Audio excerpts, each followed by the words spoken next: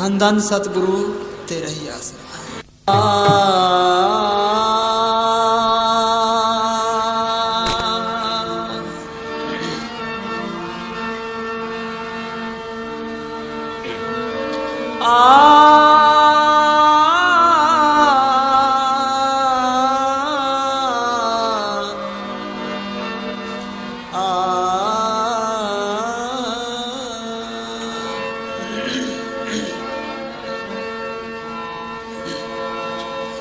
हर आराधना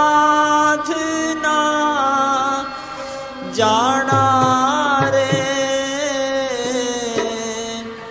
हर हर गुरु गुरु करता रे, हर हर गुरु गुरु करता रे, हर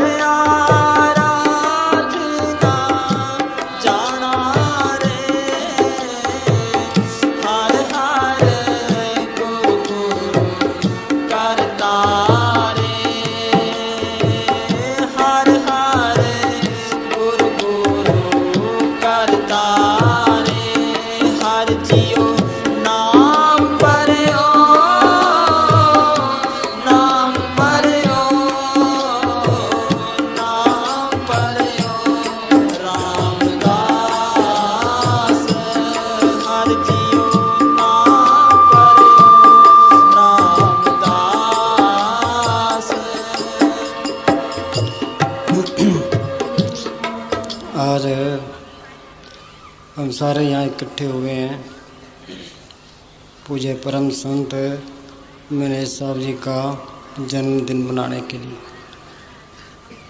फकीरों का जन्मदिन मनाने का मतलब क्या होता है भाई? उन्होंने मालिक को कैसे पाया, कैसे उन्होंने मेहनतें की,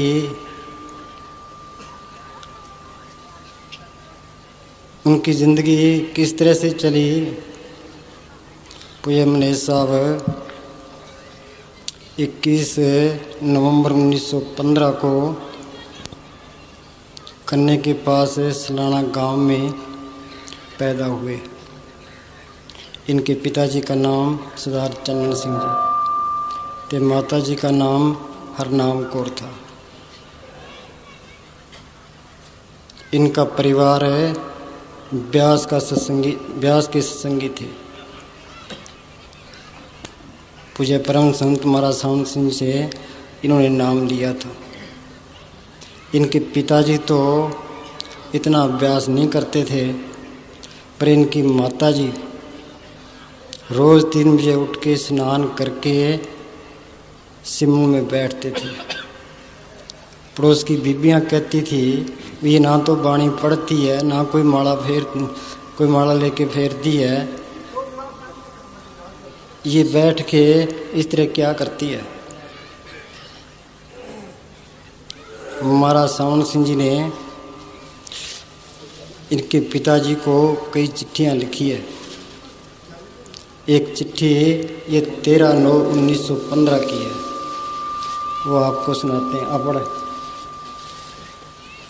लिखतम सावन सिंह आगे भाई चन्नन सिंह जी।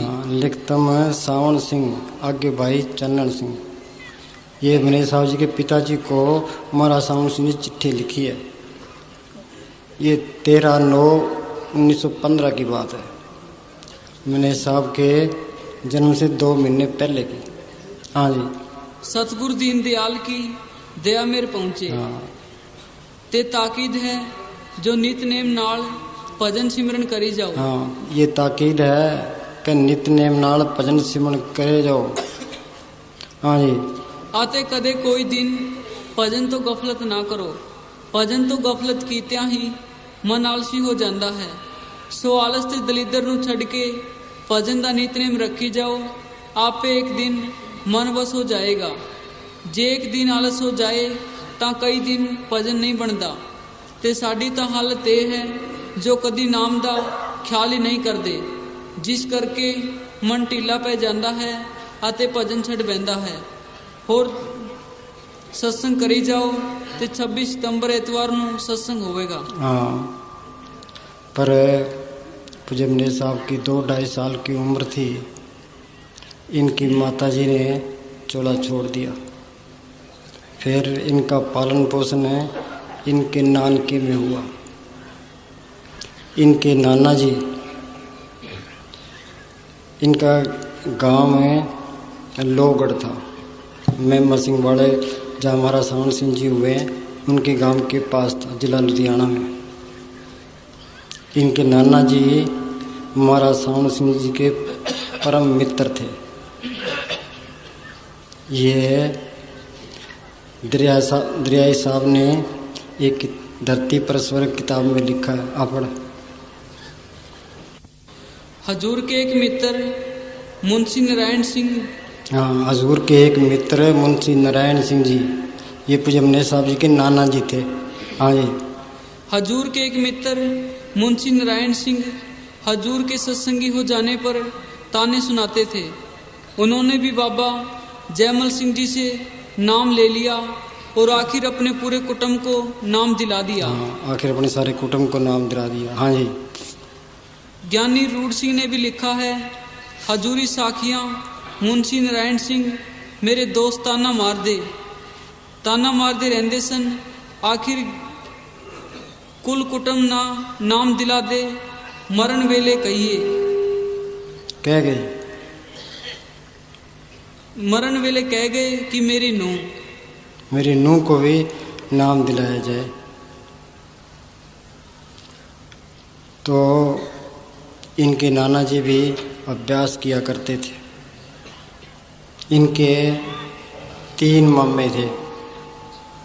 एक का नाम करतार सिंह, जो कि SDO की पोस्ट पर थे, पर नाना जी के साथ कोई अनबन होने से वो घर बार छोड़ के चले गए, उनका कोई पता नहीं लगा। दूसरे सरदार कृपाल सिंह, उनकी छोटी उम्र में मौत हो गई थी। उनके एक लड़का था, एक लड़की थी। तीसरा मामा हरी सिंह, जो कि बगदाद के अंदर उस टाइम में एक्सियन थे।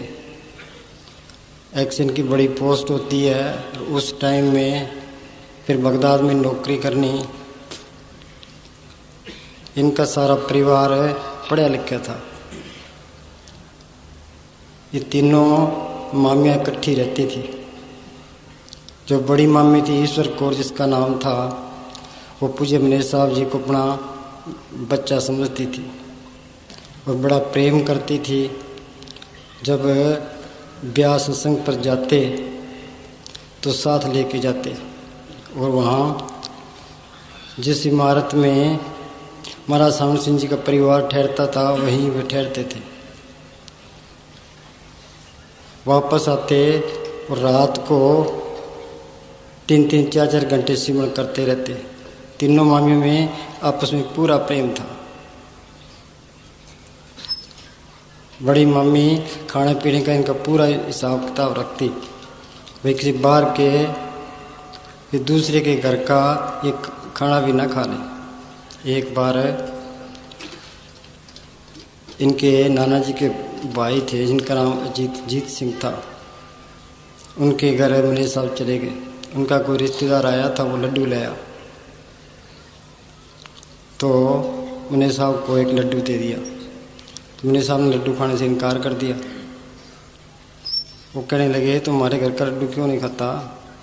इतने में इनकी मामी जी वहाँ पहुँच गई। कहे, हाँ ये नहीं खाता। क्यों खाए तुम्हारे घर का? आज तुम्हारे घर का खाया, कल किसी और का खाएगा, फिर तो आदतें बिगड़ गई। और इनको मेमर सिंह वाले इनकी मामियाँ वहाँ जाती रहती थी। वहाँ महाराज सावन सिंह जी के घर से, जिसका नाम किशन कौर था, उनकी सोबत मिलती रहती थी। उनकी सोबत में भी ये सत्संग करते रहते थे। तो इनका बचपन ये सत्संगियों के साथ बीता। जब काफ़ी बड़े हुए तो इनके पिताजी सलाने ले आए। वहाँ कोई स्कूल नहीं था।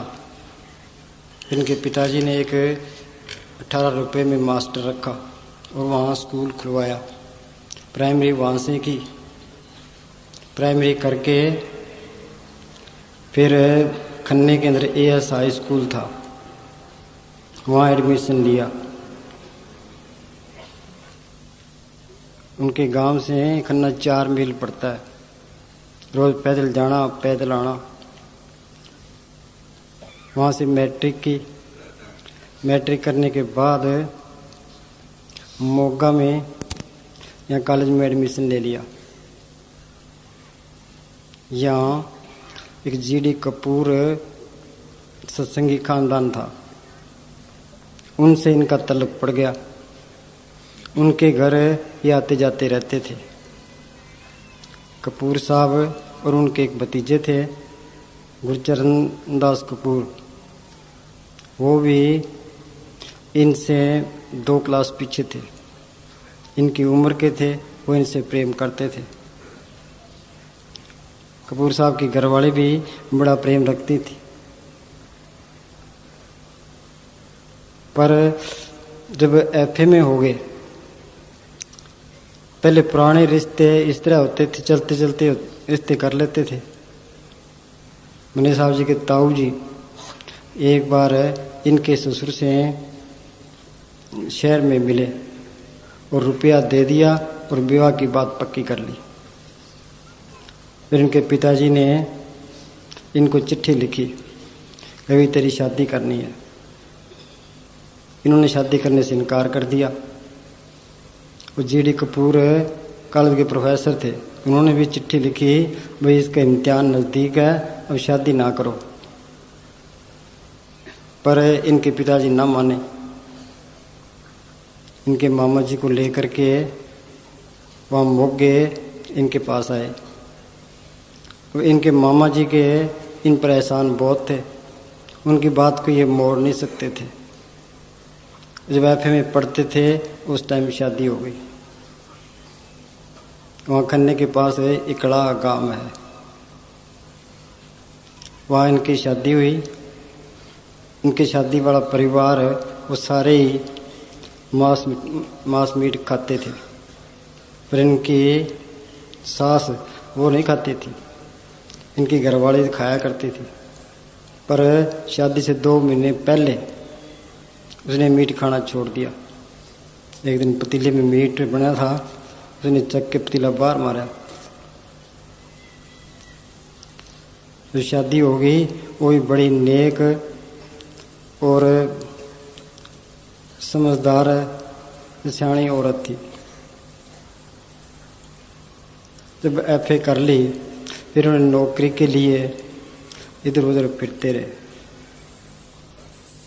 इनके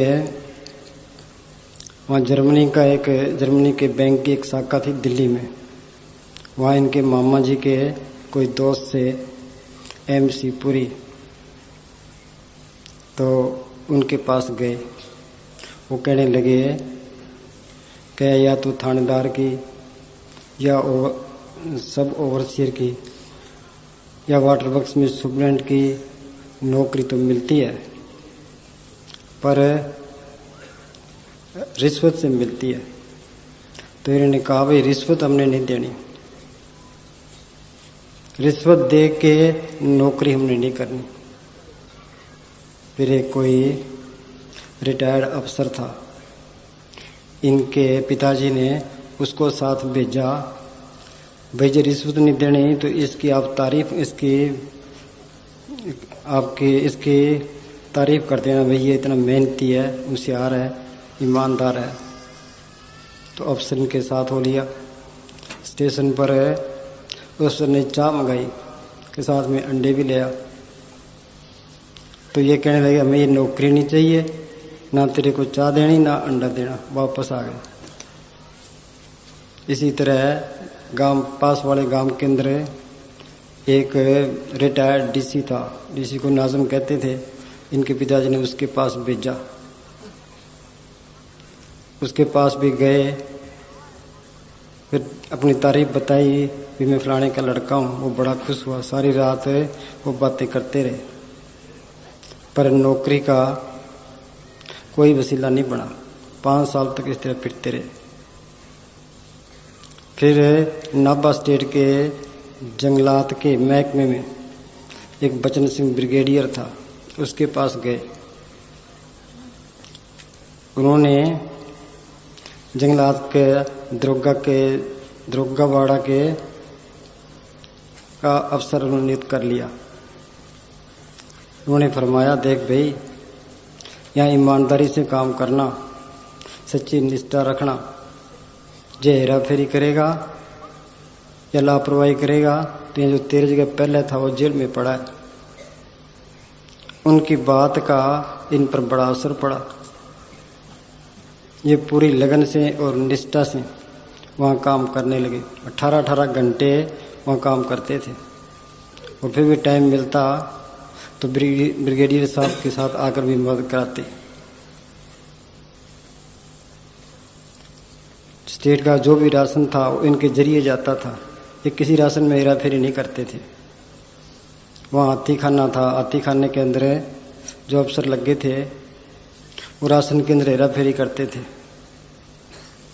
उन पर इनकी ड्यूटी लगा दी तो इन्हें सारी अनियमितताएं सारी खत्म कर दी।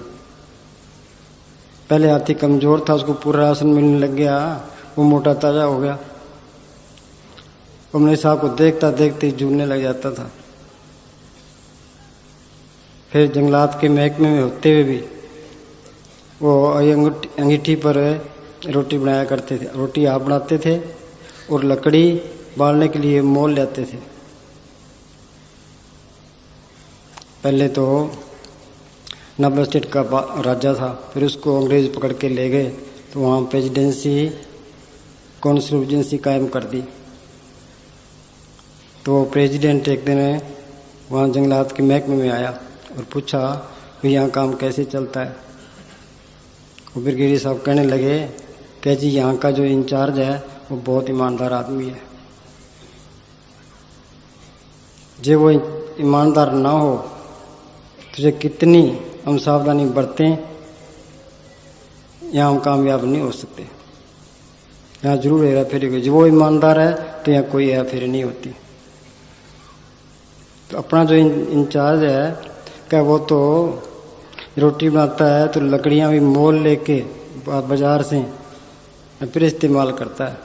वो भी हैरान हो गया, कहने लगा भाई तू इस तरह ना करया कर, ये अपने महकमे की बदनामी है, ते लकड़ी यहाँ से ले लिया कर। फिर उन्होंने मने साहब ने तरक्की के लिए दरख्वास्त दी। वो प्रेसिडेंट कहने लगा कि मैं तेरी तरक्की कर देता हूँ, तो जो सुप्रिटेंडेंट है ब्रिगेडियर साहब है उनकी सिफारिश लिखा के लिया। ब्रिगेडियर साहब के पास गए। वो ब्रिगेडियर कहने लगा कि देख गुरुबख्श, मैं आपकी सिफारिश लिख देता हूँ, पर मैं ये चाहता हूँ आप फॉरेस्टर की ये नौकरी करो, ये पोस्ट लो। फिर इन्होंने इनकार कर दिया। फिर कुछ दिन के बाद जो फॉरेस्टर था वो रिटायर होने वाला था, उसकी जगह पर यमने साहब को रख लिया और इनकी तनख्वाह 30 रुपये कर दी। उस टाइम 30 रुपये बहुत होते थे और 15 रुपये घोड़े का 15 रुपये भत्ता कर दिया। उन्होंने भत्ता नहीं लिया।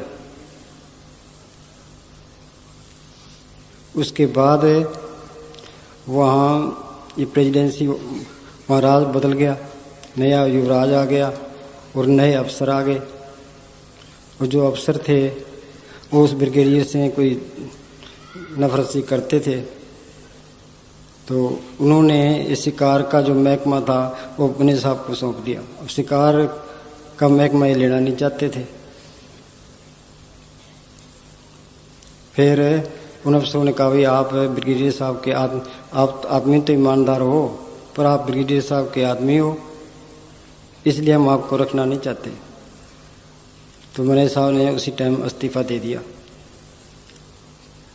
फिर जंगलात के महकमे के बाद आपने DCM में दिल्ली क्लास मिल में यहाँ दरख्वास्त दी, तो आप क्लर्क के पोस्ट पर नियुक्त हो गए। फिर आपको सुबह बाज़ार लाहौर में वहाँ कोई स्टोर था, उसके अंदर भेज दिया। वहाँ बड़ी ईमानदारी से वहाँ काम किया।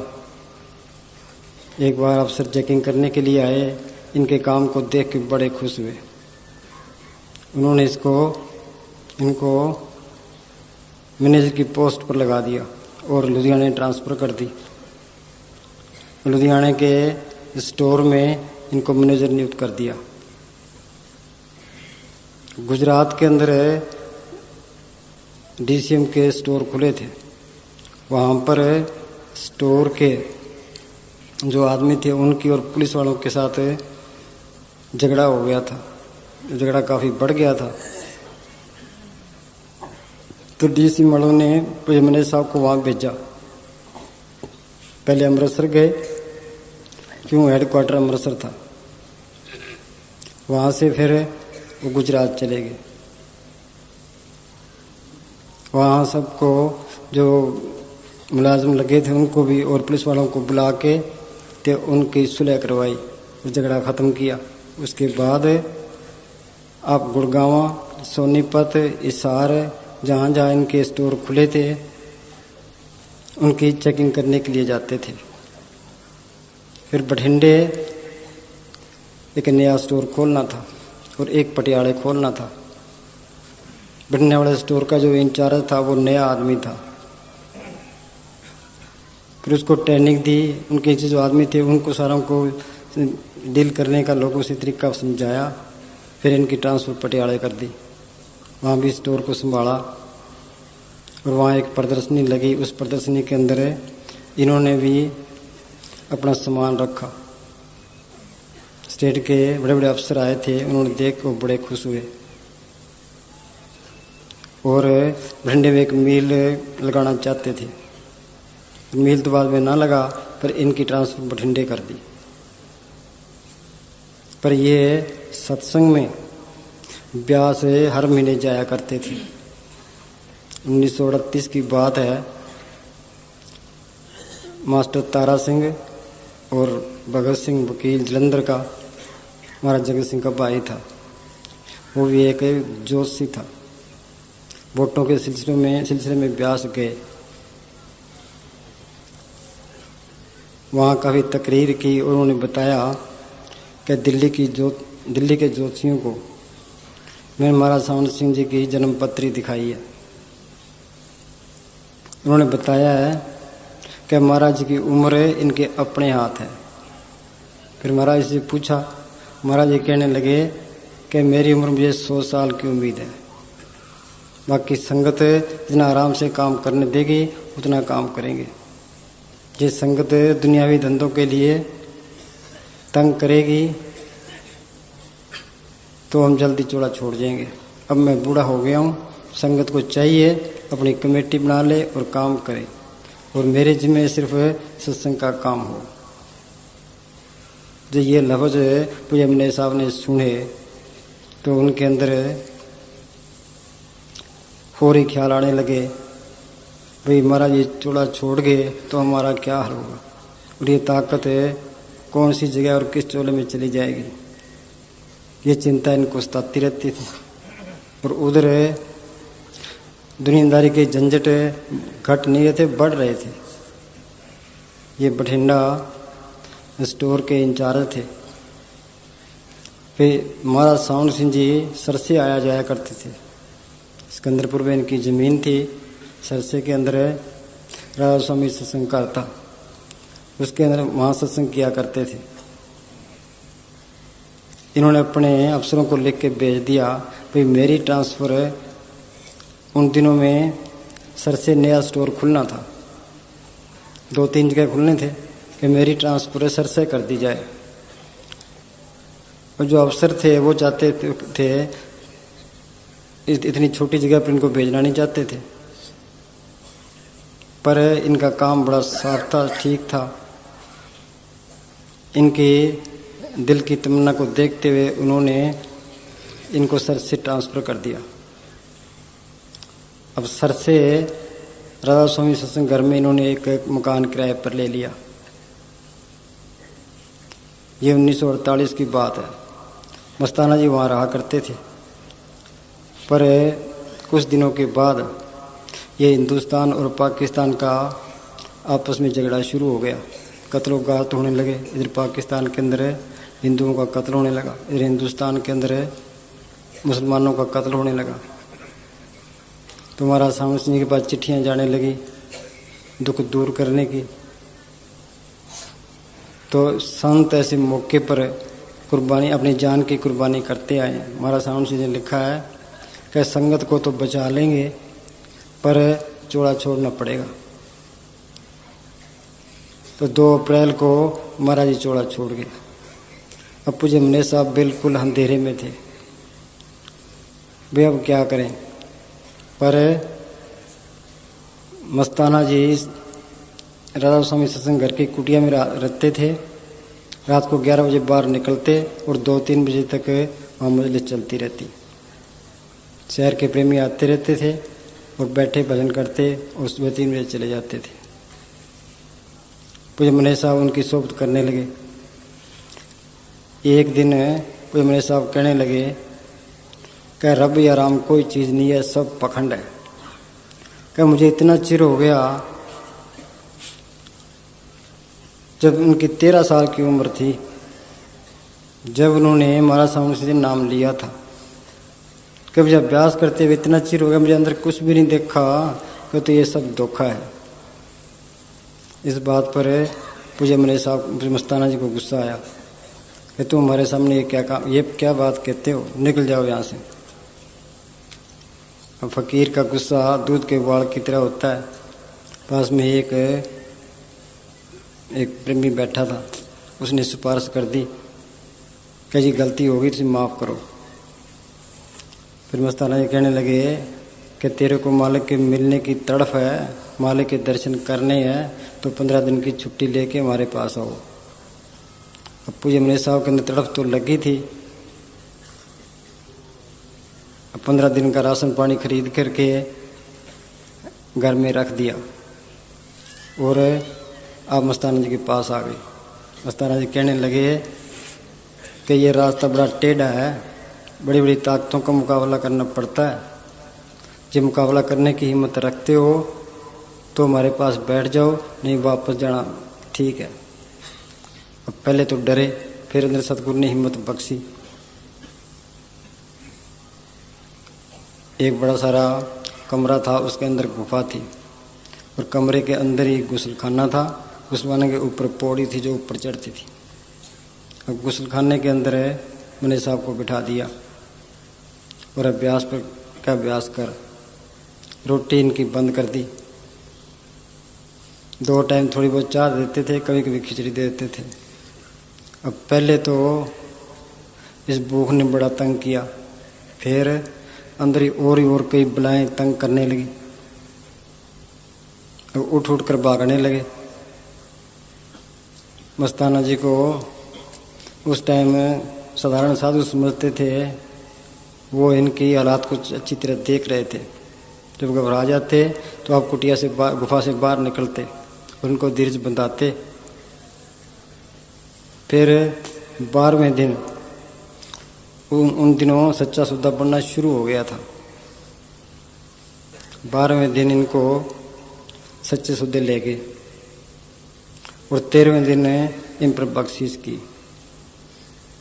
फिर इनको तसल्ली पूरी हो गई भी वो जो ताकत महाराज सावंत सिंह की थी वो मनीष साहब मस्ताना जी के अंदर काम करती है।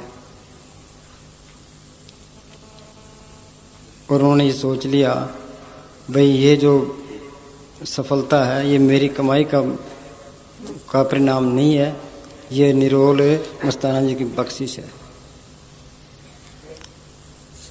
अब मनीष साहब दिन में तो स्टोर का काम करते और रात को डेरे आ जाते, वहाँ सारा रात सेवा करते। सुबह अपने स्टोर में आ जाते और रात को वहाँ का काम कर सेवा करते। कभी कभी दिन में भी गेड़ा मार लेते।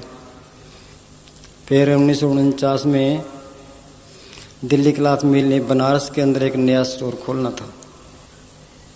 वहाँ का सरसे का स्टोर बंद कर दिया, वहाँ एजेंसी कायम कर दी और मनीष साहब की ट्रांसफ़र बनारस की हो गई। अब मनीष साहब के सामने सवाल था, भाई या तो मैं नौकरी छोड़ दूं,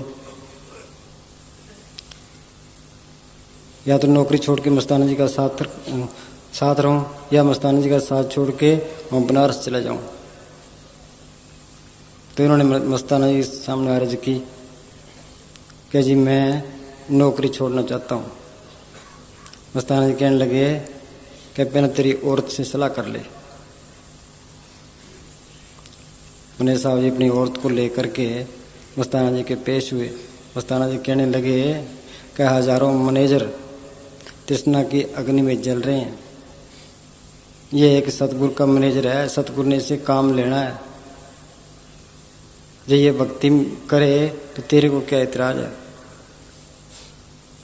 उनकी औरत वहाँ डेरे में सेवा करती थी, उन्होंने बड़े प्रेम से कहा कि जी मुझे कोई इतराज़ नहीं है, मैं इनकी भक्ति में अड़चन नहीं पैदा करना चाहती कि मेरे 4 लड़के हैं, मैं अपने ससुर की सेवा करके टाइम पास कर लूँगी और मुझे कोई इतराज़ नहीं है। ये भक्ति करना चाहते हैं तो बेफिक्र होकर करे। उस दिन के बाद मस्ताना मुने साहब जी वहाँ डेरे में रहने लगे और 12 साल तक कड़ी से कड़ी उन्होंने सेवा की। मस्ताना जी जो भी कोई काम पहले करते तो कहते हुए मेरे से पूछेंगे। सत्संग में स्टेज पर बैठते तो मुने साहब को साथ बिठाते।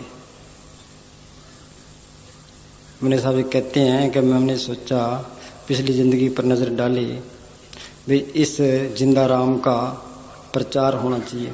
क्या आस्तिक क्या नास्तिक सारे इसे खाली फिरते हैं। क्या काल और माया ने ऐसे खूबसूरती से जाल बिछाया है, किसी जीव को इस मालिक के पढ़ करने की चिंता नहीं है, सारी दुनिया मोह माया में फंसी पड़ी है।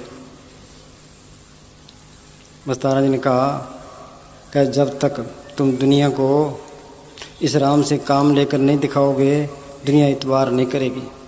फिर दुनिया के राम में और तुम्हारे राम में फ़र्क क्या है। मस्ताना इस राम से के खजाने से सोना चांदी डॉलर बांटे, बेड़ कोटे सांसी नट इजराइम पैसा कौन थी, ये अपने हक लाल की कमाई करके मालिक का नाम जपते हैं। मेहमदपुर के अंदर बिश्नोई थे जो कत्लो गार्द के लिए मशहूर थे, आज भाई भाई होकर प्रेम से रह रहे हैं।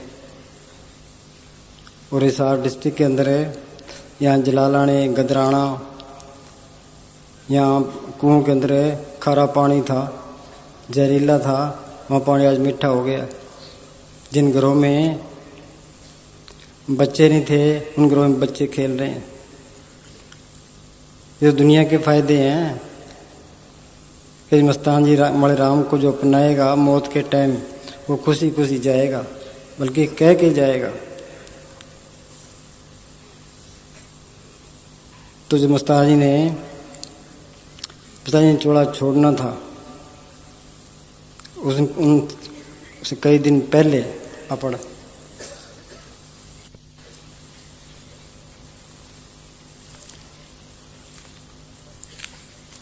मस्ताना जी अपना कीमती जिस्मानी चोला छोड़ने के समय भी डेरे की सब जिम्मेवारी इस गुनाहगार के सुपर्द कर गए। चोला छोड़ने से 4 दिन पहले सब साधुओं को जो डेरे में मौजूद थे इकट्ठ करके लगभग 50-60 प्रेमियों के सामने सबको ये हिदायत की कि अब सच्चा सौदा का काम खत्म है, बाहर की सेवा बंद है, अब अंदर की सेवा यानी भजन सिमरन शुरू होगा। हम सख्त मौन रखेंगे और किसी से बात नहीं करेंगे और सच्चा सौदा के किसी काम में दखल नहीं देंगे। आप सबको मैनेजर के हवाले करते हैं। हाँ, आप सबको मैनेजर के हवाले करते हैं। हाँ जी। इनके हुक्म में रहना, अगर मैनेजर के हुक्म में रहोगे तो सुख पाओगे, नहीं तो दुख उठाओगे। अब तक तुमने जितनी सेवा की है वो भक्ति में कबूल है। अब आपको खुली छुट्टी है, जो चाहे घर जाकर शादी करवा सकता है। अगर डेरे में रहोगे तो मैनेजर के हुक्म में रहना होगा। मुझे हिदायत की कि इन्हें प्यार से रखना, इनसे दीनता से गुजारना और भजन करवाना। पहले एक पाव खुराक रोजाना शुरू करना, फिर धीरे धीरे एक छंटांक अनाज तक खुराक कम कर देना। साल 6 महीने दरवाज़ा बंद रखना और खूब भजन करना। इसके बाद सब साधुओं की ड्यूटियां लगा दी गई और हिदायत की कि वे दोपहर तक अपना अपना काम करें, फिर खाना खाकर लेट जाएं और रात को सारी रात जागकर जिंदा राम की भक्ति करें। पूज्य मस्ताना जी 18 अप्रैल 1960 को अपना कीमती चोला बदल गए। सतगुरु की मौज उसी दिन से हालात बदलने आरंभ हो गए। कई पार्टियां बन गई और तंग आकर मुझे डेरा छोड़ना पड़ा। मैं यह भी उनकी मौज में ही समझूंगा, क्योंकि उनके हुक्म के बिना एक पत्ता भी नहीं झूल सकता। ऐसी बातें लगभग हर फकीर के चोला बदलने के बाद होती रहती हैं। हाँ जी, हाँ, कई पार्टियां बन गई बाद में, फिर डेरा छोड़ना पड़ा। फिर 1966 में आकर के इस डेरे की नींव रखी है। फिर इतने सालों में इतना डेरा बना है, इतना काम किया मैंने सामने से किसी फकीर ने नहीं किया। हाँ जी, हाँ बोल।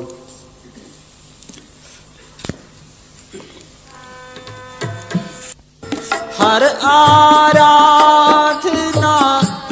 जाना रे, हर हर गुरु गुरु करता रे,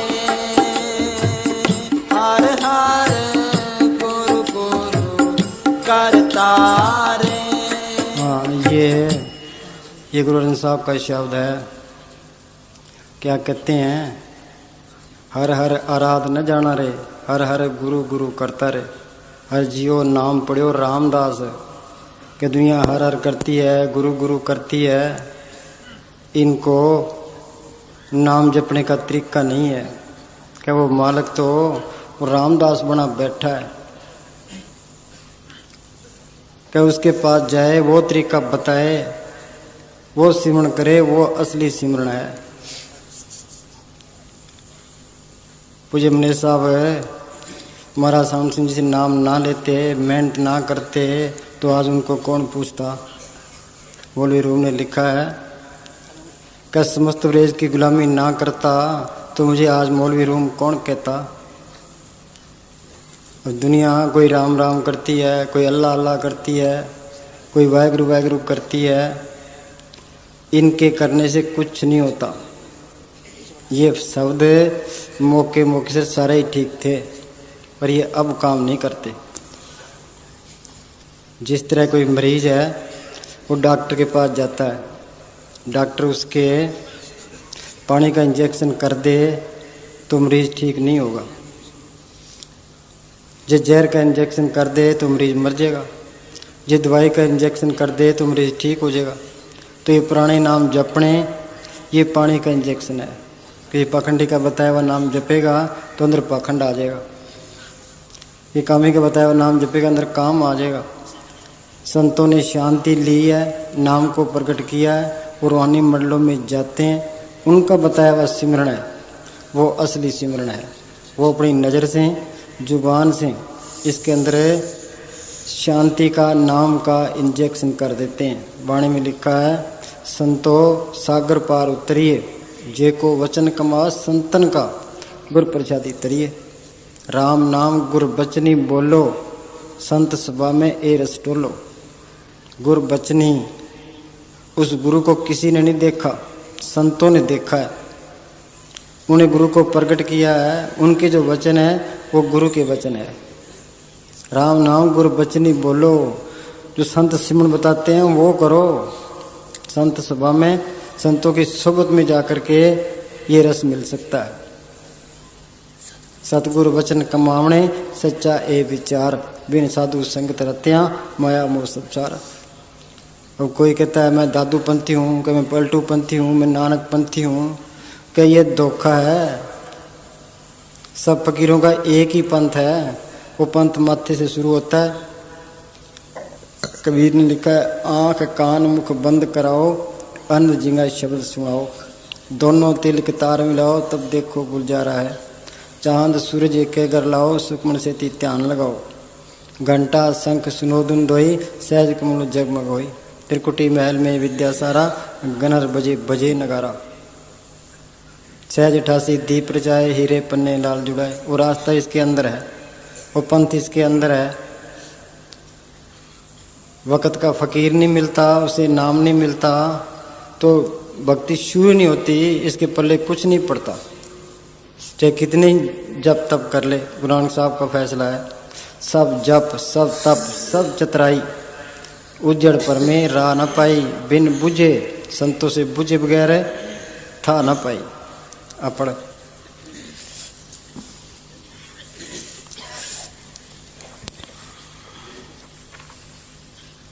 की हर जमाने में जरूरत है। हाँ, संतों की हर जमाने में जरूरत है। आग लगी आकाश में, झड़ पड़न अंगार, संत न होते जगत में, जल मरता संसार। इस दुनिया के अंदर ये काम क्रोध लोभ मोह अहंकार की लहरें चलती है, संतों के अंदर से शांति की लहरें निकलती है, तो इन लहरों को ठल पाती है। जुग जुग संत भले प्रभ तेरे, हर गुण गावे रस न रसेरे। ये दुनिया कभी संतों से खाली नहीं रहती, ये संत हर एक युग में आते हैं, पर पूरा फकीर ये भाग्य से मिलता है, जो रूहानी मंडलों में जाता है, जिसने नाम को प्रकट किया है, जिसने बंधन तोड़े हैं वो हमारे बंधन तोड़वा सकता है, जिसने एमए की है वो एमए करवा देगा। गुर पूरा आराध्या होए कृपाल, मार्ग संत बताया टूटे जम के जाल। ऐथे बुझे सो आप पछाणे, हर प्रभ है तिसकेरा। ऐथे बुझे क्या, ये संतों की सोबत में जाए, उनसे रास्ता पूछे, पूछ के मेहनत करे। ऐथे बुझे सो आप पछाणे, जब तक अपने आप को नहीं पहचानता मालिक को कैसे पहचानेगा। ईसा ने लिखा है, know your self and be perfect. अपने आप को पहचानो और पूर्ण बनो, बिना आपा चीने मिटे न भरम की काई। ऐथे बुझे सो आप पछाणे, हर प्रभ है तिसकेरा। के संतों के पास जाएगा, उनसे जुक्ति पूछेगा, फिर मेहनत करेगा, उसका मालिक बनेगा, बाकी किसी का नहीं बनता। मीरा पहले कृष्ण कृष्ण करती फिरती थी, गिरधर गिरधर करती फिरती थी, फिर उसको रविदास मिलता है। रविदास ने सिमरन बताया, उसने मेहनत की, क्या कहती है, पायो रे नाम रतन धन पायो, जिसको पाए दुख सुख भूले मन आनंद समायो, जिसकी चोरी कबून हो ऐसो धन मन पायो, खर्चून लाख कदम नहीं हो दिन दिन बढ़त सवायो। जब रविदास नाम मिलता तो उनको उसको कौन पूछता था। हाँ जी, संतों की हर जमाने में जरूरत है। हाँ, संतों की हर जमाने में जरूरत है। जो संत नहीं मिलते तो इंसानी जन्म बर्बाद गया। संत चरण अति बहुत बढ़ जान चतर सजान, जो संतन हित ना करे सोदर पशु समान। हाँ जी, और हर जमाने में संत आते रहते हैं। दुनिया कभी ऐसे महापुरुषों से खाली नहीं रहती। जब तक संत किसी जीव के अंदर नाम का बीज नहीं डालते, वह व्यक्ति भव सागर से पार नहीं हो सकता। हाँ, जब तक संत किसी जीव के अंदर नाम का बीज नहीं डालते, जीव भव सागर से पार नहीं हो सकता। मालिक तो त्रिलोक किसी पार चौथे लोक में है, उसको हमने देखा नहीं है। जिसको देखा नहीं उसे प्यार कैसे आएगा। लड़का है कि लड़की से प्यार करता है, लड़की को देखा नहीं प्यार कैसे आएगा। तो मालिक को हमने देखा नहीं, उसे प्यार कैसे आएगा। वो मालिक है, आप ही संतों के रूप में आता है, साध रूप अपना तन तारा। वो आके कोर्स करवाता है, सेवा को दोनों बोले, एक संत एक राम। राम जो दाता मुक्ति का, संत जपावे नाम। संत नाम जपाते हैं। ये आत्मा है चेतन, ये शरीर इंद्रियां, ये मन, ये जड़ है। ये जड़ चेतन की गांठ लगी है। सोचो, गुरु नानक साहब यहाँ आ जाते हैं, मस्ताना जी आ जाते हैं, मने साहब आ जाते हैं, हमारे साथ ही रहे मने साहब है, पर वो हमेशा 24 घंटे तो साथ नहीं रह सकते। वो ये कोर्स करवाते हैं, भी तू कोर्स कर ले, जड़ चेतनी गांठ खोल ले, वो अंदर वाला सतगुरु है, वो तेरे साथ है। अब जिनको संत नहीं मिलते उनको मालिक नहीं मिलता। वो मालिक संतों के रूप में आता है, वो में कोर्स करवाता है। जो हम सिमरण करते हैं वो अंदर संतों के रूप में मिलता है। सफल मूर्त संतन की ये ध्यान तरना, अकाल मूर्त है साध संतन की ठारनी को ध्यान को। जो संतों की मूर्त है वो अकाल पुरख की मूर्त है। जब चेतनी गांठ खोलेंगे अंदर संतों के रूप में मालिक मिलेगा। वो आगे लेके जाएगा, वो आगे नाम से तलक जोड़ देगा, वो सत्ता के साथ मिला देगा। हाँ जी। यदि कोई व्यक्ति अपने को किसी गुजरे हुए संतों का सेवक कहलाता है तो ये निरा धोखा है। हाँ, कोई कहता है मैं गुरु नानक साहब को मानता हूँ, कोई कहता मैं दादू साहब को मानता हूँ, कि मोहम्मद साहब को मानता हूँ, ईसा मसीह को मानता हूँ। कि धोखा है ये। सारी दुनिया धोखे में पड़ी है। हाँ जी। उसके दिल में उनके प्रति आदर और श्रद्धा हो सकती है। हाँ, गुरु नानक साहब की कदर करते हैं, दूसरे फकीरों की कदर करते। दान प्राप्त नहीं कर सकता, वह उनके ग्रंथों पढ़ सकता है परंतु उन ग्रंथों का असल भाव नहीं समझ सकता। हाँ, संतों की वाणी अनुभवी वाणी है। वो रोहानी मंडलों में जाते हैं, फिर उन्हें वाणी अंदर देख के फिर लिखी है। अब जो रोहानी मंडलों में जाता है वो संतों की वाणी का अर्थ कर सकता है, बाकी कोई नहीं कर सकता। कुरान शरीफ एक है, मोहम्मद साहब एक है, उनके 72 फिरके बने पड़े हैं। कौन बना, किसने बनाए हैं? मन बुद्धि ने। हर एक आदमी के कर्म अलग अलग है, कर्म अलग है, कर्मों के अनुसार बुद्धि बनती है, बुद्धि अलग अलग है। अब बुद्धि के अनुसार सोचते हैं, कर्म अलग है, बुद्धि अलग है, अलग अलग सोचेंगे। वो कहता है ये ठीक है, वो कहता है ये ठीक है, फिर लड़ो और मरो। फिर लड़ाई झगड़ाई रह गया। जो मालिक की दरगाह में गए उन सबकी एक ही बात है, जो पहुंचे ते कह गए उनकी एक है बात, सभी शाने एक मत, उनकी एक है जात है। जो रूहानी मंडलों में जाता है वो सारे ग्रंथों को एक कर देगा, सारे झगड़े खत्म कर देगा।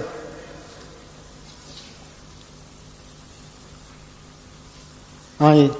इसके लिए उसको किसी जिंदा संत की जरूरत होगी। ऐसे इसके लिए किसी जिंदा संत की जरूरत होगी। हाँ जी। ऐसे व्यक्ति का सोचना उसी प्रकार है जैसे कोई बीमार किसी मुर्दा डॉक्टर से इलाज करवाने का विचार रखता मरीज हो। पड़ा है, वो कहे भाई धनवंतरी वैद्य आएगा और मेरा इलाज करेगा। अब धनवंतरी वैद्य को कितने साल हो गए, ना उसने आना है, ना मरीज ठीक होना है, मरीज मर जाएगा। हाँ जी। या कोई व्यक्ति अपने मुकदमे के फैसले की आशा किसी मुर्दा जज से करता हो। सच्चे संत हमारे और मालिक के बीच एक लिंक है। एक तरफ तो वे मालिक से मिलकर उसका रूप बने होते हैं, दूसरी तरफ हमारे बीच एक आम इंसान की तरह रहते हैं। हाँ, गोल कुमाई तिस मित्र बिचोले जा मिल कंत पछाना। क्या उस बिचोले पर बार बार कुर्बान हूँ जिसने मालिक से मिला दिया। जन्म मरण दो में नहीं, जन्म पर उपकारी आए, जिया दान दे भक्ति लाइन हर सुलाइन मिलाए। सबसे बड़ा परोपकार तो यही है, आप जपे औरों को जपावे पहुंचे हर के दाम। जब सिमरण करते हैं तो इसमें शांति की रोए निकलती है और दूसरों पर असर करती है। असली परोपकार तो ये है, ये सिमरण करे अपना ही परोपकार है, दूसरे का भी भला है। हाँ जी। अब जिसको खिलाओगे उसे खाना उसे लेना पड़ेगा। असली परोपकार तो यही है। हम कहते हैं गरीबों की मदद करो, गरीब कोई है ही नहीं, भीखा भूखा को नहीं, सबकी गंठड़ी लाल। गांठ खोल देखते नहीं, ताबिद भैया कंगाल। वो नाम का खजाना मालिक ने सबके अंदर रखा है। अब गांठ खोले और खजाना निकाले, ना निकाले तो मालिक का क्या कसूर है। कोई बेचारा बीमार है, ये कर्मों का मारा है। जितने विषय भोगते हैं उतनी बीमारियां खड़ी रहती है। बहुत साधो दुख प्राप्त होवे, भोगे रोग सौंत बिगोवे। हाँ जी। यही गुरु अमरदास जी फरमाते हैं कि तुम किसी गुरुमुख के साथ दोस्ती बनाओ और सतगुरु से चित्त लगाए रखो। हाँ, गुरुमुखा सु कर दोस्ती, सतगुरु से ला चित्त, जन्म मरण का मूल कटिया, सुख होवे मित। इस दुनिया में कोई किसी का नहीं है, सब मतलब के हैं, संजोग वियोग करते लिख पाए, कीर्तने चले चला है। जितना संजोग लिखा वो अपना है, संजोग खत्म हुआ और कोई किसी का नहीं है। इसका है कौन है? बाहर संत, अंदर सतगुरु। संत क्या कहते हैं कि तू नाम जप ले, जड़ चितनी गांठ खोल ले। वो यहाँ भी मदद करते हैं, मौत के टाइम भी मदद करते हैं, आगे रूहानी मंडलों में भी जाते हैं। वो मालिक की दरगाह में ले जाके छोड़ेंगे। फिर सच्चे संत पक्के दोस्त हुए कि ना हुए? नानक कचरियां सु तोड़, टूंड सज्जन संत पक्कियां, और जिंदे बिछड़े मोहन जासी छोड़। बाहर के रिश्तेदार कच्चे रिश्तेदार हैं, इन्होंने साथ नहीं देना। ये संत पक्के रिश्तेदार हैं। हाँ जी। ताकि तुम जन्म मरण के मूल को काट सको और सदा का सुख प्राप्त कर सको। वह गुरुमुख मर्त लोक और इसके पार सूक्ष्म कारण और चेतन देशों का समर्थ गाइड होता है। वो अंदर है, सूक्ष्म कारण है और चेतन देशों का समर्थ गाइड होता है। रेडियो के अंदर कलकत्ते की आवाज है, बम्बई की है, इंग्लैंड की है, अमेरिका की सारी आवाजें हैं। इसके अंदर भी इंद्रलोक, ब्रह्मलोक, शिवलोक, सतलोक सारी आवाजें हैं। हमें तो कोई पता नहीं कौन सी आवाज को पकड़ना है। वो संत साथ में होकर के सही आवाज को पकड़ाते हैं।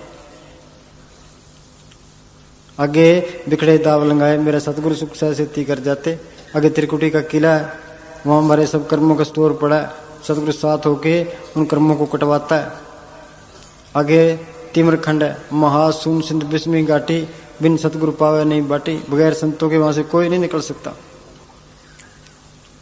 हाँ जी। ताकि तुम जन्म मरण के मूल हजरत ईसा मसीह साहब फरमाते हैं कि यदि कोई मेरे बाप के पास जाना चाहता है तो वह मेरे द्वारा ही जा सकता है।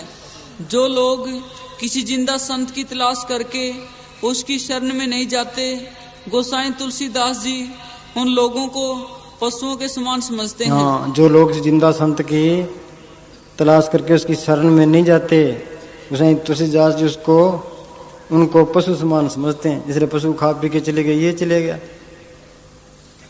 हाँ जी। गुरुमुख अंतर रवरिया बक्से भक्ति भंडार। गुरुमुखों के अंदर नाम प्रकट है। वो मालिक के खजाने के चाबी बरदार खजानची हैं वो। हाँ जी।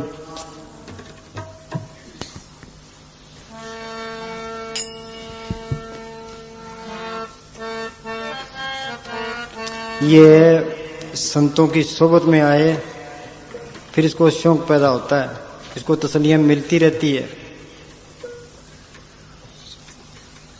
मने साहब से जिन्होंने नाम लिया है वो सिमरण करते हैं तो उनको वो तसल्लियां मिलती रहती है। फिर यहाँ आते हैं, सेवा करते हैं। जब कोई तसल्लियां ना मिले तो फिर कौन आए? यहाँ पंजाब के अंदर ये मूड़ा वाले गांव है, वहाँ का एक जमींदार है हीरा सिंह, उसकी औरत मनजीत कौर, उसको भूत प्रेतों ने बहुत तंग किया। वहाँ अमृतसर के पास कोई सियाना था, 5 साल तक वहाँ जाते रहे। उस सियाने ने कहा भाई तुम अपना घर और बना लो। उन्होंने खेत में घर बना लिया, पर वो बलाएं उसको तंग करती रही। एक उसका लड़का था 10-11 साल का, वो स्कूल में पढ़ने जाया करता था।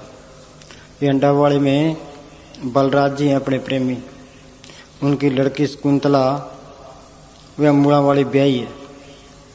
उनके घर मने साहब जी 3-4 दिन रहे, सत्संग किया तो बच्चों को वो सतगुरु का रंग चढ़ गया। स्कूल में बातें करने लगे, भी सतगुरु इस तरह करता है, इस तरह करता है। वो लड़का भी सुनता रहा, मनजीत कौर का लड़का। तो घर आया तो उनके भैंस ना मिली, तो लड़का अपनी माँ को कहता है कि माँ क्या आप सिमरण करते हैं सतगुरु का तो भैंस मिल जाएगी। वो कहने लगी कि आपका कोई नाम तो लिया नहीं है, फिर भैंस कैसे मिल जाएगी? कि चाहे नाम ना लिया हो अपनी कोशिश तो करें। वो माँ बेटा दोनों पाथी मार के अंदर बैठ के सिमन करने लगे, तन तन सतरू करने लगे। थोड़ी देर में उसकी माँ उठी, जाके बाल्टी लेके भैंस के पास गई, थापी मार के नीचे बैठ गई। भैंस ने दूध दे दिया। फिर उस कुंतला के घर गई, कि तुम इस तरह कर कि तेरे सतगुरु के पास मुझे ले चल, कि मैं बहुत दुखी हूँ, शायद मैं ठीक ही हो जाऊं। तो शकुंतला कहने लगी, भाई तेरे अंदर बला है, ते तू इस तरह कर, तेरे पति से परमिशन ले आ कि हम दोनों चलते हैं। पति के पास चले गए। वो कहने लगा, भाई तुम इसको ले जाओ। शकुंतला उस मंजीत कौर को लेकर के मलोट आ गए। मलोट अपने गदराने का नंबरदार डेरे में रहता था यहाँ पहले, उनको मिल गया। वो कहने लगा कि मने साहब जी तो बहुत बीमार है, वो तो बोल भी नहीं सकते, तुम फिर कभी जाना। वो मंजीत कौर कहने लगी कि चाहे बीमार है, चलो दरबार के दर्शन कर आएंगे, कि मैं जाऊंगी जरूर। वो यहाँ डेरे आ गए। मने साहब जी बाहर आ गए। मने साहब जी उनसे मिले, कहने लगे ये बीबी कौन है? आहिस्ता सी बोले, ये बीबी कौन है? उस कुंतला कहने लगी कि जी ये हमारे गांव मूड़ा वाले की है, और बलाओं से बेचारी बहुत तंग हो रही है। मने साहब कहने लगे इसको चाय पिलाओ। उन्होंने चाय पी ली। रात को उसके सपने में मने साहब आए, कहने लगे ये तबीयत सारे निकाल दे और तू सतरू कर। उसको हौसला हो गया, उसने तबीयत निकाल के बाहर फेंक दिए। उसके बाद उसके नजदीक कोई बला नहीं आई। आज उनका सारा परिवार डेरे आता है और सिमन करता है। वहां मूड़ावाड़े की एक लड़की थी, उसका नाम था जिंदोबाई। उसने मुझे मने साहब से नाम लिया था और वो हर रोज सिमन किया करती थी। उसका बाप कहने लगा कि हमने घर में पानी का नलका लगाना है।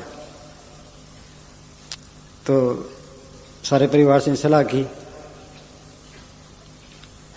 तो वो लड़की कहने लगी कि तुमने ये पानी ये नलका लगाना है तो जहाँ हम सिमन करते हैं वहाँ लगाओ। वो कहने लगा, भाई हम तो तेरे सतगुरु को नहीं मानते, हमारे तो गुरुद्वारे का भाई जी जहाँ कहेगा वही नलका लगाएंगे। गुरुद्वारे के भाई जी को बुला लिया। उसने बताया भी यहाँ नलका लगाओ। नलका लगाया, पानी खारा निकला। उसने दूसरी जगह बताया, वहां भी खारा निकला। वो लड़की कहने लगी मेरी भी मान लो कि मेरे सतगुरु की भी मान लो। जहां उस लड़की ने बताया वहां नलका लगाया, वहां पानी मीठा निकला। पर इसी तरह एक काला प्रेमी था वहां मूड़ावाड़े का। तो वहां हफ्ते की मजलिस हुआ करती थी। उस दिन उसके घर मजलिस थी और रात को पानी की बारी थी। वो दिन में खेत में गया तो नहर बंद थी और नक्के बंद करके आ गया। शाम के टाइम उसकी माँ कहने लगी कि आज पानी की बारी है, तू खेत जा, शायद नहर आ जाए। वो कहने लगी आज तो है मजलिस, आज तो मैं कहीं जाता नहीं, सतगुरु जाने, सतगुरु का खेत जाने और पानी जाने। रात को मजलिस करते रहे। सुबह गया खेत तो उसका पड़ोसी खेत से आ रहा था। वो कहने लगा भाई तेरे खेत में तो सारा पानी लगे है और नहर अब बंद हो गई है। तो उसको पूरी तसल्ली हो गई भाई सतगुरु वाकई काम करता है, तो ये सिमन करे सतगुरु सारे काम करता है। यहाँ राजस्थान में बामगल टाणी बाबूराम का गांव है, वहाँ का राम कुमार है, जिम्मेदार है। उसने मने साहब से नाम लिया था। उसने 20 किले सरसों बीजी। सरसों का भाव 400 रुपये क्विंटल था। जब सरसों निकाली तो सरसों का भाव 200 रुपये क्विंटल। तो मन में सोचता है भाई पहले 400 रुपये था, अब 200 रुपये क्विंटल हो गया। सोचते सोचते नींद आ गई। मने साहब ने सपने में दर्शन दिए कि राम कुमार है कि तेने कौन सा व्यापार करना है, तेरे घर की सरसों है, 4 महीने ठहर जा। उसकी आंख खुल गई। उसने कहा 4 महीने सरसों नहीं बेचनी, 4 महीने के बाद भाव 400 से ऊपर हो गया। करा दी ना तसल्ली। दिल्ली के अंदर ये अशोक का भाई है राम अवतार, उसके लड़का था, 2 मंजिल से नीचे गिर गया, सिर फट गया। डॉक्टर के पास लेके गए, डॉक्टर ने पट्टी कर दी। डॉक्टर कहने लगा भाई खतरा है इसका।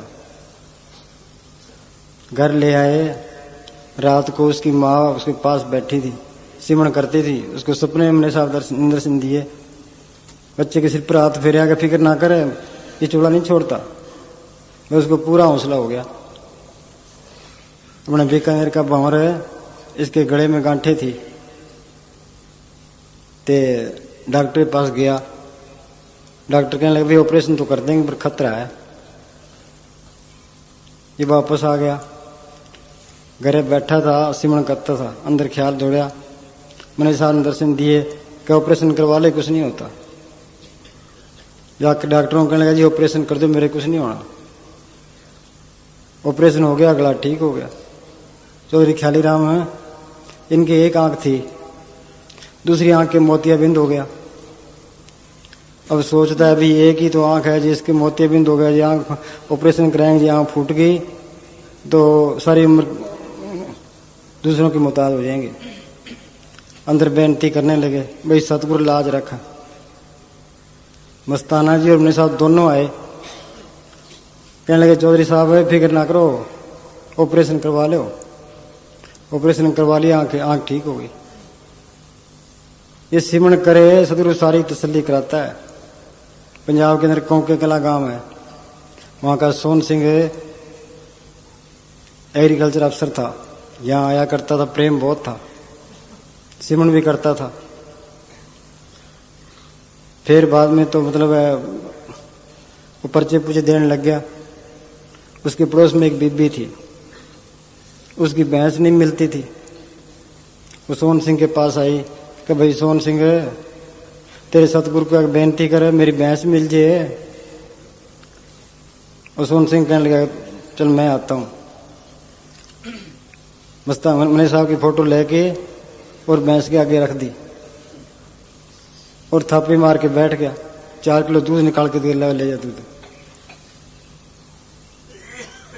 ये करे भी सतगुरु सारी तसल्ली देता है। हाँ जी,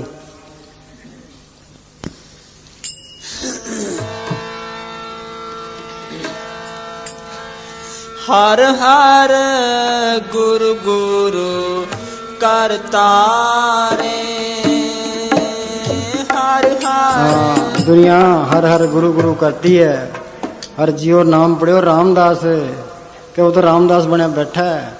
ये मालिक से मिलना है तो रामदास के पास जाओ। भाई मालिक से मिलना है तो जो मौजूदा संत है उसके पास जाओ, उनसे नाम रास्ता लेके फिर सिमरण करो। हाँ जी, हर आराधना जाना रे। हर हर गुरु गुरु करता रे। नाम पढ़ो हर जियो, नाम पढ़ो, नाम पढ़ो रामदास।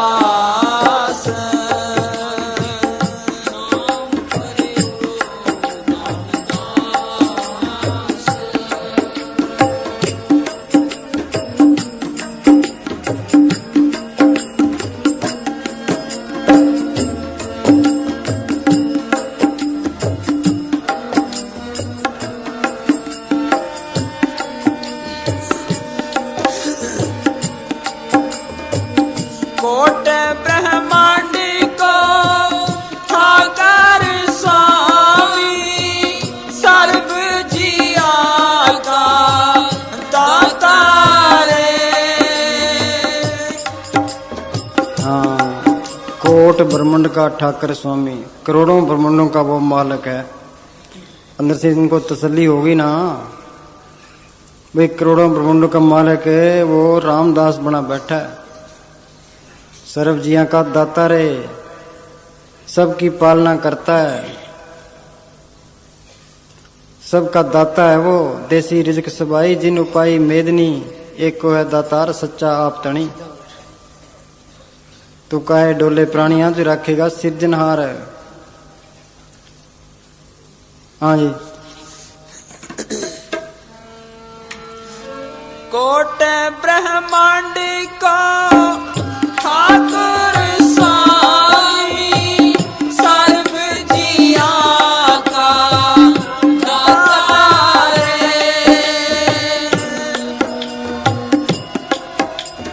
हाँ, गुरु दृष्टाया सब नहीं थाई, गुरु दृष्टाया सब नहीं थाई। कहो गुरु सब के अंदर है। जल थल पूर रहा गुसाई, ऊंच ऊन सब एक समाना, मन लगा सह त्याना। सहज अवस्था में पहुंच गए, सब के अंदर मालक देख लिया। सब घट मेरा साइया सुनी सेज ने कोय, हर घट विच आप समाया है। सब घट रामा बोले, राम बिना को बोले रे। उन्हें अंदर तसल्ली की है, उन्होंने फिर लिखा है। वे रामदास की गुलामी की, उनसे नाम रास्ता लेके सिमरण किया, वो मालिक सब के अंदर दिखाई देने लग गया। हाँ जी। गुरु अमरदास 72 साल की उम्र तक जप तप तीर्थ व्रत सब कुछ करते रहे। कहाँ अमृतसर के पास गांव, कहाँ हरिद्वार, पैदल जाना पैदल आना। 21 बार गंगा स्नान को गए, फिर सब कुछ छोड़ के गुरु अंगद साहब की शरण में आए। 12 साल कड़ी से कड़ी सेवा की, दिन में सेवा करनी, रात को किले से केस बांध के अभ्यास करना। फिर मालिक को पाया। क्या कहते हैं, हर की पूजा दुर्लभ संतोष कहना कछु न जाई, संतोष गुरमुख पूरा पाई, नामों पूज कराई। पूरा गुरमुख मिल जाए वो नाम को पढ़ करा देगा। उसका हुक्म माने, 100% हुक्म माने। पूज्य मने साहब मस्ताना जी का पूरा हुक्म मानते थे। मस्ताना जी का करते थे कि ये मैनेजर है तो ये पूरा हुक्म मानता है। हाँ जी। कोट ब्रह्मांड को ठाकुर स्वामी सर्व जिया का दाता रे।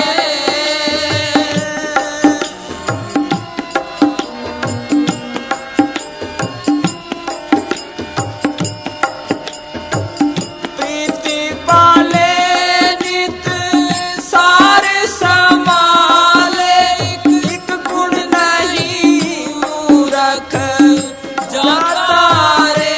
हाँ, प्रतिपाले रित सार संभाले, कदम कदम पर संभाल करता है। यहाँ पंजाब के अंदर करनी खेड़ा गांव है, वहाँ का एक बिहारी नाम का प्रेमी है। उसके 1.5 किला जमीन थी, वो छोटी सी वर्कशॉप थी। वो इंजन से पानी लगाया करता था। एक रात को उसका इंजन चोरी हो गया। अब पड़ोसी कहने लगे कि देख लिया तेरा सतगुर मिलने के मिल जाता है, अब ले आ इंजन। जो सतगुर पूरा होता तो अंधा कर देता। वो कहता भाई जो मालिक करता है ठीक करता है, जो मेरा होगा तो आपे मुझे सतगुरु भेज देगा। फिर उसकी कणक सूखने लगी। वो पड़ोसी कहने लगे कि हमारा इंजन ले ले, पानी लगा ले। कहने लगा भाई जी सतगुरु मेरा पूरा है तो आप पे पानी लगाएगा। हफ्ते बाद जो इंजन ले गया था रात को ही रख गया और चिट्ठी लिख गया कि मेरे अंदर जिस तरह आग लगी है तो जब तक मैं इंजन यहाँ रखा नहीं मेरी ट्रेन नहीं आई। वो सतगुरु अंदर ही बैठा, अंदर ही चाबी में रोड़ देता है, कोई उसका बने भी। हाँ जी।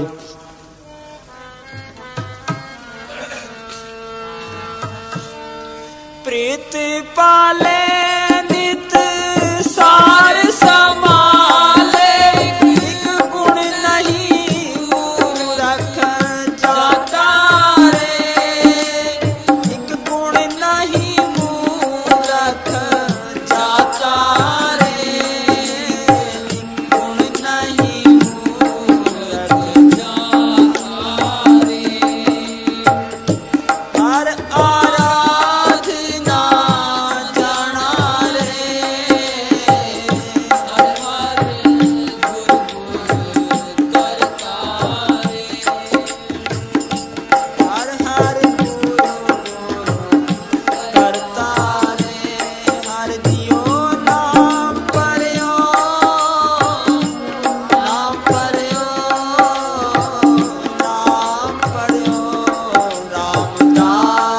उधर फेफाने का एक प्रेमी था, उसका नाम तो मेरे याद नहीं है। एक बार रात को बादल छाए थे, बिजली चमक रही थी, वो सोया पड़ा था। उसको सपने में पूज्य मने साहब ने दर्शन दिए, तो वो सपने में उठा। भी मने साहब आ गए, कहने लगे जी आपको क्या सेवा करूं, चाय पियोगे कि दूध पियोगे? मने साहब कहने लगे कि तू क्या सेवा करेगा, हम तेरी सेवा करने के लिए आए। थोड़ी देर बाद उसके बच्चे ऊपर चौबारे में सोए पड़े थे कि चौबारे की छत पर बिजली पड़ी, एक कोने से छत ऊपर से फट गई। बिजली उसके चौबारे के अंदर होकर के दूसरे कोने से निकल गई। बहुत जबरदस्त खड़का हुआ, लोग इकट्ठे हो गए, सोचने लगे भी लड़के तो मर गए होने। जब देखा तो सारे के सारे लड़के बिल्कुल ठीक थे। वो कहने लगा भाई सतगुरु मुझे पहले ही दर्शन दे गया। मने साहब आए थे और मैंने पूछा भी चाय पियोगे दूध पियोगे, क्या सेवा करूं? कि तू क्या सेवा करेगा, तेरी सेवा करने हम आए। हाँ जी।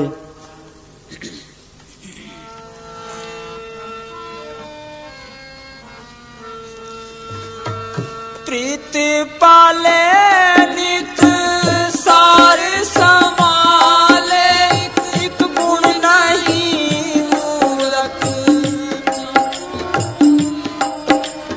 एक गुण। एक मेरी अपनी बात है। यहाँ कैंटीन के ऊपर मैं सोया पड़ा था, तो सपने में मने साहब ने दर्शन दिए। कहने लगे कि अपने डंगर कितने हैं, कल पूछेंगे। मैं उठ के डंगरों की तरफ गया। वहाँ जो डंगरों में साधु था उससे पूछा भी अपने डंगर कितने हैं। वो कहने लगे वकील साहब है हूँ तुम किमें गिनती करते हो रात को? मैं तो बता से कितने डंगर हैं? कि अपने 43 डंगर है। मैं पूछ के आ गया। फिर दूसरे दिन यहाँ डीसी आया, तो मने साहब जी डीसी को डेरा दिखाने लगे। वो तालाब की तरफ ले गए कि ये चंदन है, ये इलायची है, ये सागवान के दरख्त लगे हैं। इस तरह करते करते डंगरों के पास आ गए। मैं साथ ही था। अंदर बढ़ते ही मने साहब पूछते हैं डंगर कितने हैं? मैं कहा बात तो सही होगी, मैं ये 43 डंगर है। हाँ जी।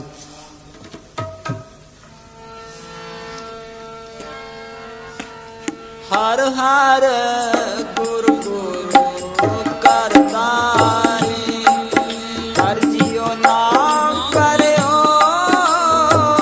नाम करो, नाम करो रामदास, नाम करो रामदास।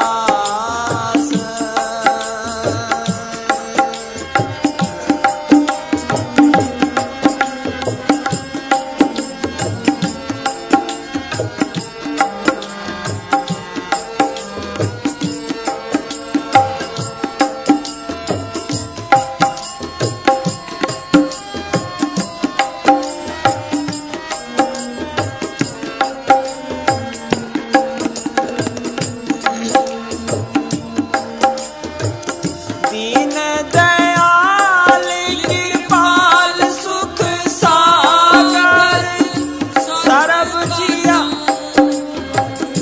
पूरी रे। दीन दयाल ये दीन बने, ये अहंकार से भरा पड़ा है। जब ये मन में करत गुमाना, तब यह बावर फिरत बिगाना। जब यह हुआ सगल की रहना, तरमिया घट घटचीना। तीर्थ व्रत और दान कर मन में दे गुमान, नानक निष्फल जाता है ज्यों कुछ स्नान। धन फिर का एक ही संगवासा, विच होम में बीत करारी। पति और पत्नी एक ही घर में रहते हैं। रुकावट क्या है? ये अहंकार की रुकावट है।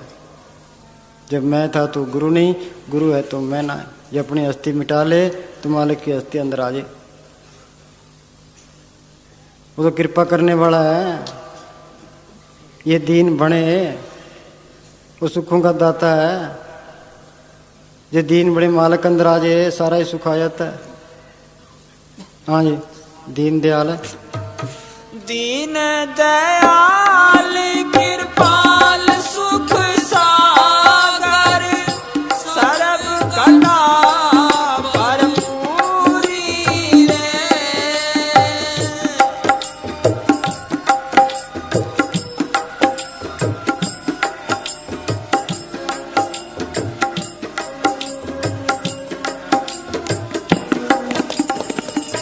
दीन दयाल कृपाल सुख सागर सरब कटा परपूरी रे।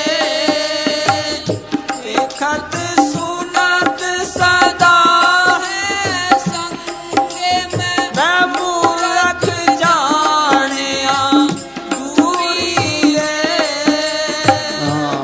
वो अंदर ही है, कहीं जंगलों में, पहाड़ों में, आसमानों में नहीं है। वाणी में लिखा है सदी निकट, वो हमेशा ही नजदीक है। दूर न जानो, वो दूर नहीं है। गुर शब्दी और अंतर पछाणो। गुरु शब्दी क्या? संतों ने गुरु को प्रकट किया है उनके वचनों द्वारा। गुरु शब्दी और अंतर पछाणो। कम से सिमरण लेके सिमरण करो, जड़ चेतनी गांठ खोलो, अंदर ही मिल जाएगा। हाँ जी। देखत सुनत सदा है संगे मैं मूरख जानिया दूरी रे। मूरख जान दफ्तर में डीसी बैठा है, पास में क्लर्क बैठा है। आंखों से अंधा है, कानों से बोला है। ना तो डीसी के दर्शन कर सकता है, ना उनकी बात सुन सकता है। ये हमारा हाल है। वो मालिक अंदर बैठा है, पर अंदर की आंख बंद पड़ी है, अंदर के कान बंद पड़े हैं। संत जो सिमरन बताते हैं, सिमरन करेगा वो आंख खुल जाएगी, अंदर मालिक के दर्शन हो जाएंगे। वो कान खुल जाएंगे, अंदर का कीर्तन सुनाई दे देगा। जे आंख नहीं खोली, कान नहीं खोले तो ये मूर्ख का मूर्ख ही रहा। हाँ जी। मैं मूरख जानिया दूरी रे। मैं मूरख जानिया दूरी रे। मस्ताना जी फरमाया करते थे कि एक आदमी के ये जच जे भाई मेरा सतगुरु मेरे अंदर है तो हमारे सत्संग की हुई सफल होगी। हाँ जी। मूरख जानिया हो दूरी रे। हरि आराधना। मुझे ये मने साहब जी एक उदाहरण दिया करते थे कि भैया किसी ने चादर बनाई है, कैसे बनी? किसी ने कपास बोई, किसी ने पानी लगाया, किसी ने गोडी की, किसी ने कपास चुगी, किसी ने बेली, किसी ने सूत बनाया, किसी ने सूत काता। कितने हाथों से निकली है। को फूलों के अंदर वो रंग भरता है, अंदर ही बैठा है। अंदर से पीला रंग लिया, अंदर से लाल रंग लिया, अंदर से हरा रंग लिया। वो है किसी का मोहताज, अंदर ही बैठा कटिंग करता है। तो सतगुरु हर तरह से समर्थ है, वो इसके अंदर है। जब भी मिलना है अंदर से मिलना है। हाँ जी।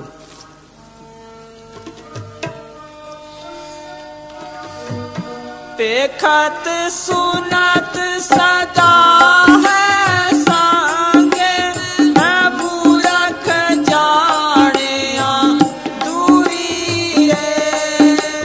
मैं मूरख जानिया। मस्ताना जी गए लुधियाने, वहाँ सत्संग किया। कहने लगे कि हिंदू अपने शास्त्र ले आओ, सिख अपना गुरु ग्रंथ साहब ले आओ, ईसाई अपनी क्या नाम अंजील ले आओ, मुसलमान अपनी कुरान ले आओ, दिखाओ कहीं किसी को बाहर मालिक मिला है। जब भी मिलेगा अंदर से मिलेगा। हाँ जी, जिन पाया पेद कलंदर दा, राखो जा अपने अंदर दा, वासी होया मंदर दा, फिर चढ़दी न लैंदी है। हाँ जी, हर हर गुरु गुरु हर आराधना जाना रे। हाँ वो तो जानते थे, हर हर आराधना जाना रे, कि दुनिया नहीं जानती। कोई मंदिरों में टकरे मारता है, कोई मस्जिदों में, कोई ग्रंथ शास्त्रों में, कोई तीर्थों में। वो मालिक इसके अंदर है। कबीर दुनिया देव रे शीश निवावन जाए, गरी माई गुरु बसे तासूंडे बुलाए। हाँ जी,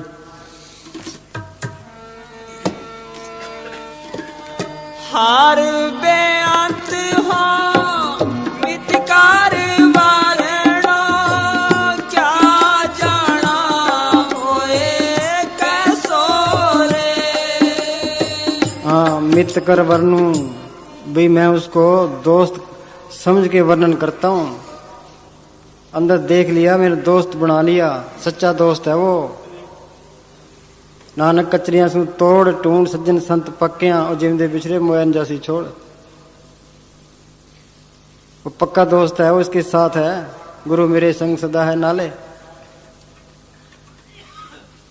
ये सिमरण करे पूरा संत हो, उसे नाम लेके सिमरण करे, अपने आप तसल्ली मिलती जाती है। हाँ जी,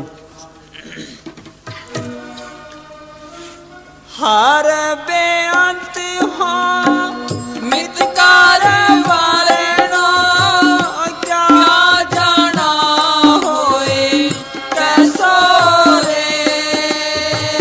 करो बेनती सतगुरु अपने में मूरख देहो उपदेशो रे।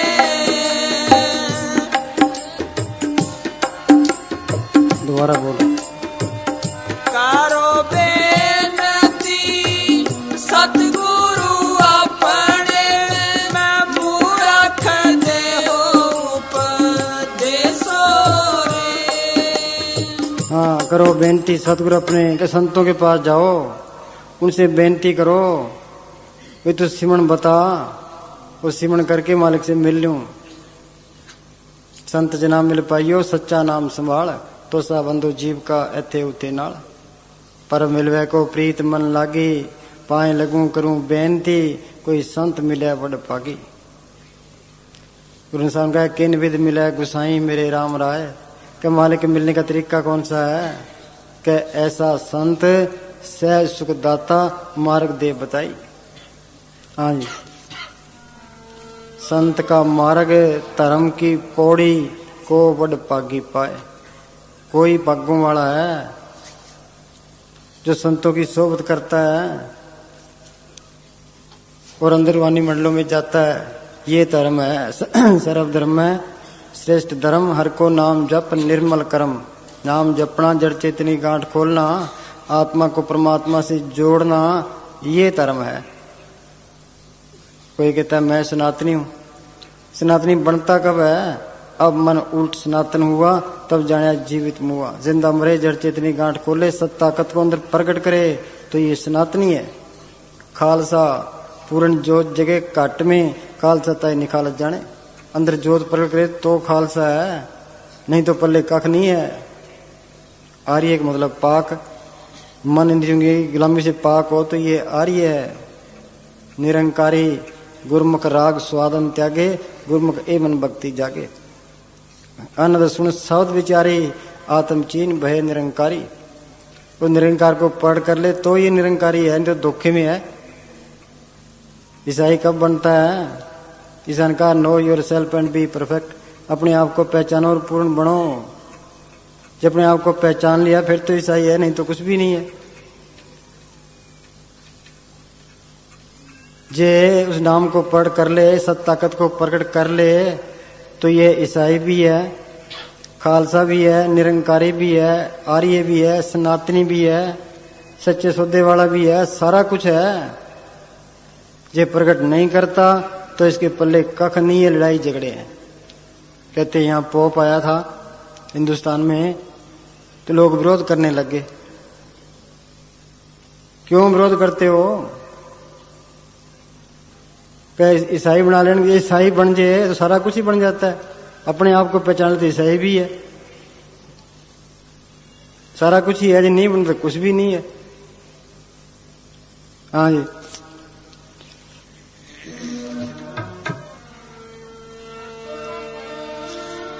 कारो बेनती सतगुरु अपने में मूरख देहो उपदेशो रे, मैं मूरख देहो उपदेशो रे, मैं मूरख देहो उपदेशो रे। अरे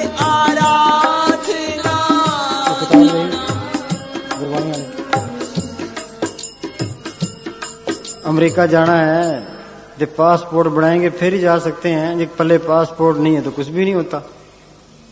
तो मालिक की दरगाह में जाना है, ये संत नाम देते हैं, ये पासपोर्ट है, ये जो काम बनना है इससे बनना है। गुरु का वचन सदा विनाशी। ये गुरु साहब का फैसला है, गुरु का वचन सदा अविनाशी। वो मालिक अविनाशी है, संतों के अंदर प्रगट है, उनका जो बताया हुआ सिमरन है वो भी अविनाशी है। काल महाकाल देवी देवता कोई भी ताकत है उसको नष्ट नहीं कर सकती। गुरु का वचन बसै जिय नाले, जल नहीं डूबे तस्कर नहीं लेवे, पा न सके जाले। हाँ जी, गुरु का वचन सदा विनाशी, गुरु के वचन कटी जम फांसी। हाँ, गुरु के वचन कटी जम फांसी। पढ़ते हैं, जो कोई संत शरण के दागी, तिनते काल दूर हो बागी। जम की जाल निकट नहीं आवे, मार्ग छाड़ अलग हो जावे।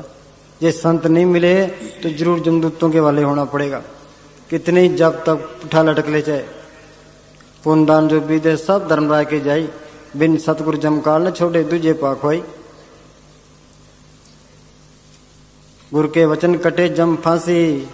संत मिल गए, उनसे सिमरन मिल गए, थोड़ी भक्ति है, जमदूत नेड़े नहीं आएंगे। कोट अपराधी संत संग उधर जमता के नेड़ न आवे, जन्म जन्म का बिछड़िया हर सिवान मिलावे। हाँ जी, गुरु का वचन जी के संग। गुरु का वचन जीव के संग, जीव के साथ रहता है। हाँ जी, गुरु के वचन रचे राम के रंग। गुरु के वचन रचे राम के रंग। ये नाम को, उस राम के अंदर नाम को प्रकट करना है, राम के रंग में रंगे जाना है। तो संतों ने सिमरन बताया, उसका सिमरन कर। बगैर संतों के 1 इंच भी अंदर नहीं जा सकता। हाँ जी, जो गुरु दिया सो मन के काम। हाँ, जो गुरु दिया सो मन का काम। मन का काम क्या है? जो संतों ने सिमरन बताया वो सिमरन करना। हाँ जी, जो गुरु दिया सो मन के काम, संत का किया सत्कर मान। हाँ, संत का किया सत्कर मान। किस बात पर इतबार कर ले तू। हाँ जी, गुरु का वचन सतगुरु वचन कमावणे, सच्चा ए विचार, बिन साधु संगत रत्या, माया मोह सब चार। हाँ जी, गुरु का वचन अटल छेद, गुरु के वचन कटे परम पेद। गुरु का वचन अटल अच्छेद। अटल है वो, कटता नहीं है। गुरु के वचन कटे परम पेद। त्रिलोकी तक सारा ही परम है। जो सिमरन करेगा इस भरम के जाल से निकल जाएगा। सत छुरी से जाल हम काटा। वो सिमरन छुरी है, वो जाल को काटने के लिए। हाँ जी, गुरु का वचन कतो न जाए, गुरु के वचन हर के गुण गाए। हाँ, गुरु का वचन कतो न जाए, गुरु के वचन हर के गुण गाए। सिमरन करेगा तो मन काबू आएगा।